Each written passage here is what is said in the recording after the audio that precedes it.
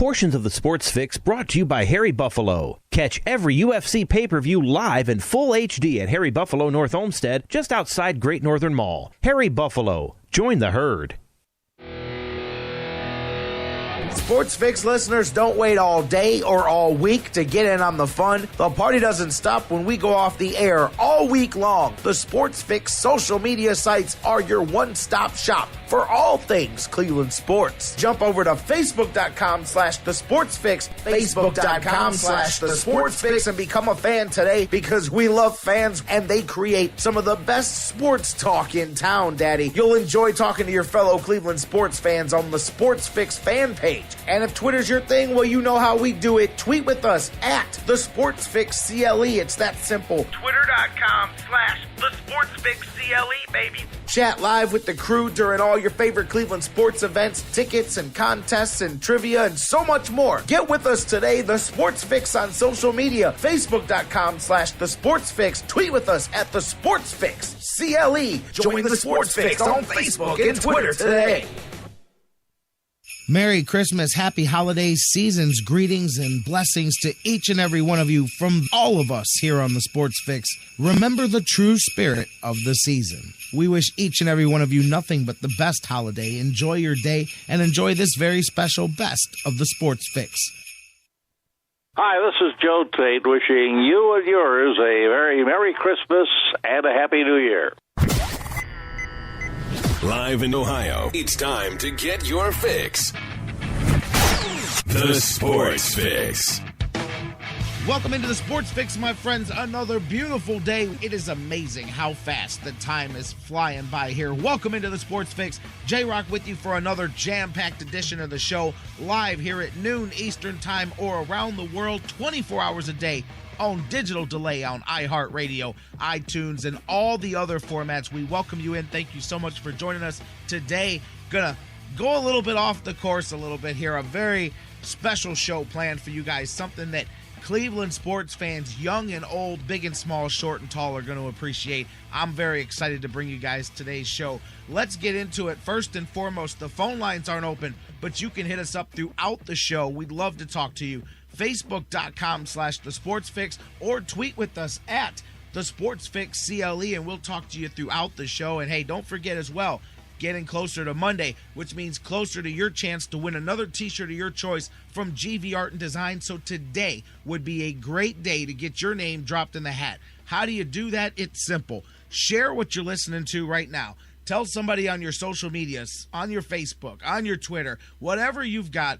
Tell them to listen to the Sports Fix. Tell them to listen to what you're listening to right now, and make sure you tag us so that we can see it, and we'll make sure that we drop your name in the hopper. And Monday at noon, when we kick off the show and we kick off the week, we give away a t-shirt each and every week from our good friends at gvartwork.com. Check them out, and you'll see just how awesome their stuff is. You could win one of their t-shirts free and pick the shirt of your choice, just for helping share the word of the show. So today, as I said, will be a great day to do that, because today we're going to break from the norm. We're going to bring you something out of the archives that has never been heard before here. As a matter of fact, only been heard once before ever. It was a one-time live special airing, and this one you guys are going to like. I just got a copy of it, and I said, you know what? The first day that I've got the opportunity, I want to bring this to the new listeners of the Sports Fix, as well as the longtime listeners of the Sports Fix. I want to bring this to the airwaves. Today was that absolutely perfect day,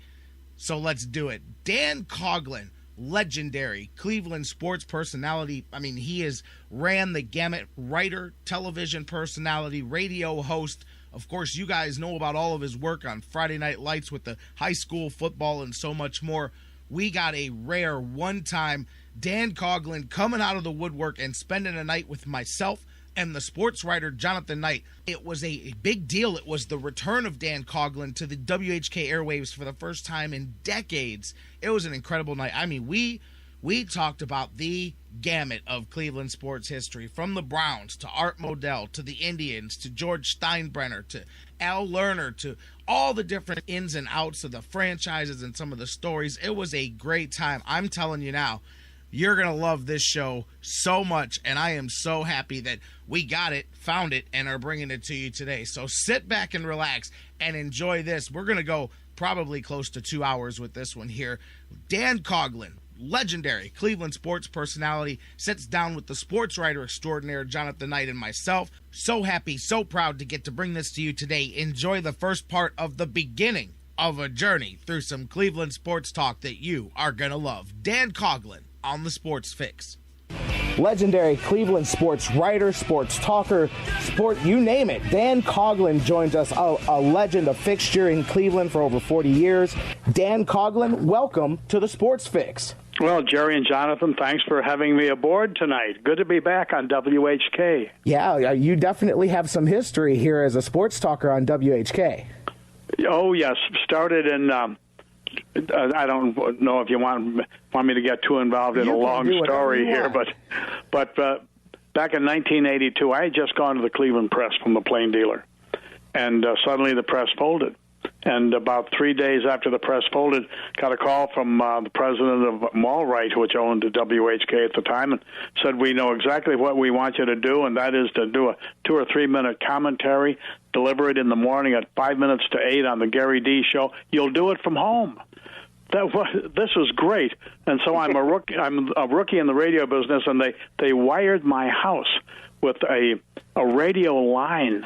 It took AT&T or Ohio Bell a day and a half with their phone people to wire my house, and I would throw a switch in the morning and go on the air in my underwear, and I'd write my script the night before, a little commentary, and I would wake up only enough to deliver my routine and then go back to sleep. Oh, man. Sounds like us tonight, Jerry. You know, I've got a percentage for you. You name your number. You want to be my agent, because I would like a deal like that, man. Wouldn't we all?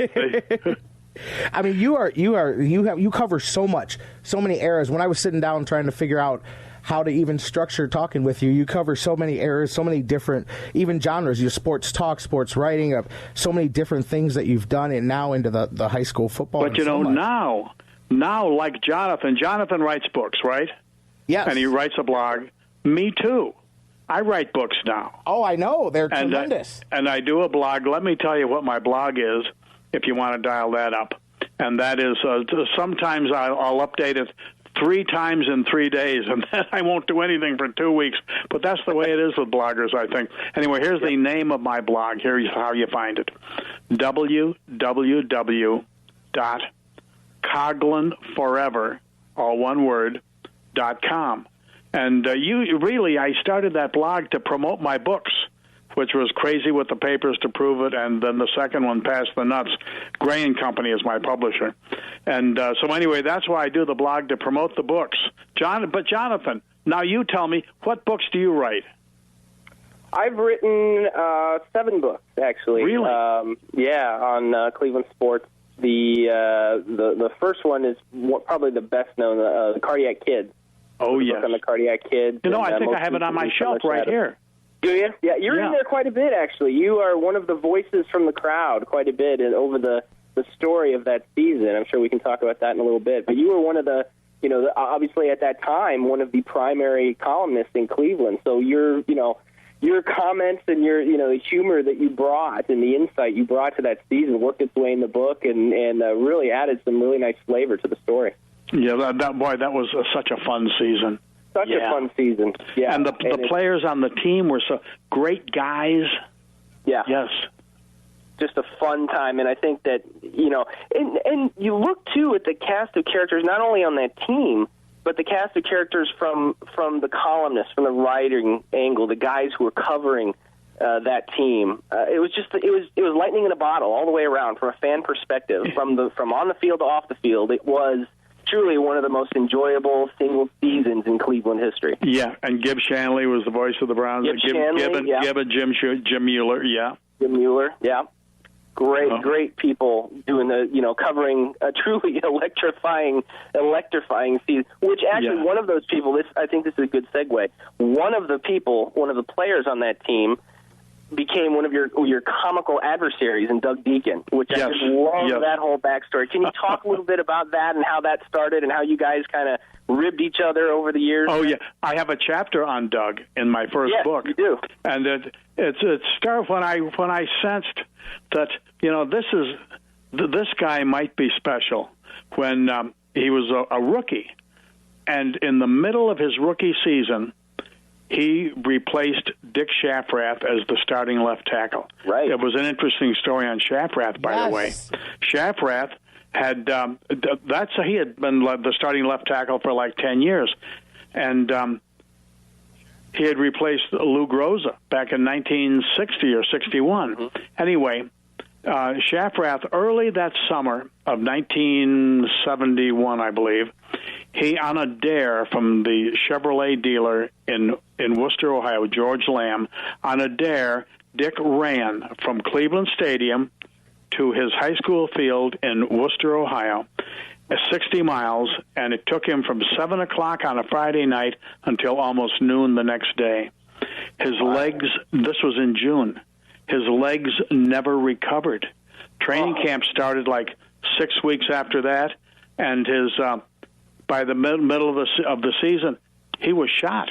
And Deacon, suddenly a former tight end, a rookie, a former tight end from Illinois, becomes the starting left tackle. And so he was named starting left tackle. So I said, well, I got to do a story on this guy because he becomes only the fourth left tackle in Browns history. A guy named Jim Daniel did it in 46, and then Groza, and then Shafrath, and now Deacon.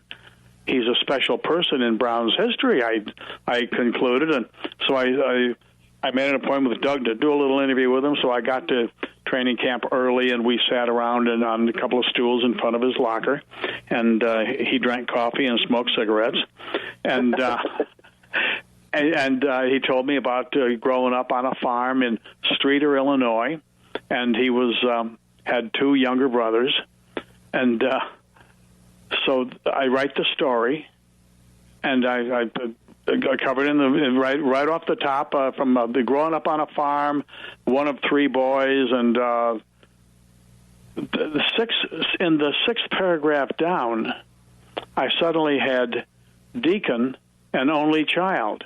I don't know how that happened, but in writing the story in a noisy sports department at the Plain Dealer, I was at the Plain Dealer at the time. You're constantly getting interrupted with phone calls and things. Anyway, the next morning, I walk into the Browns camp, and Deacon comes up to me and he says, "You killed my brothers." What? And he pulled the paper out and looked at me. I'll be damned, he's right. I did. Somewhere between the first paragraph and the sixth paragraph, I did away with his two brothers. Anyway, I thought this boy has potential. And anyway, we wound up having a lot of fun over the years. Oh, yeah, you guys really did. There were many things. I'll tell you, but might have been the highlight is when Maddie and I get back from our honeymoon, and back then I never really locked my house in Lakewood, and so we get back from our honeymoon and we walk in the house and something was different. Well, what was different was when we noticed a couple of dead goldfish in the sink and a couple of dead goldfish everywhere. Everything that would hold water, he put goldfish in refrigerators, freezer, ice cube trays, and somebody's been in the house. We walk up to the bedroom. Here, he had put mirrors on cover the entire bedroom ceiling with mirrors. You know, the 1 foot square mirrors. The whole thing is super glued to the ceiling, mirrors. And so I sat down at the edge of the bed, and it started to ring. He had put cowbells in between the mattress and the box springs. This was Deacon, and things went on like that all the time with Deacon. He was the first one we knew back in the 70s to have a telephone answering machine and at home, and he would buy these tapes with real funny messages, and so we would frequently call his house just to say if he answered, we say, "Doug, hang up. We just want to hear your message," because he changed it every day, and it was hilarious.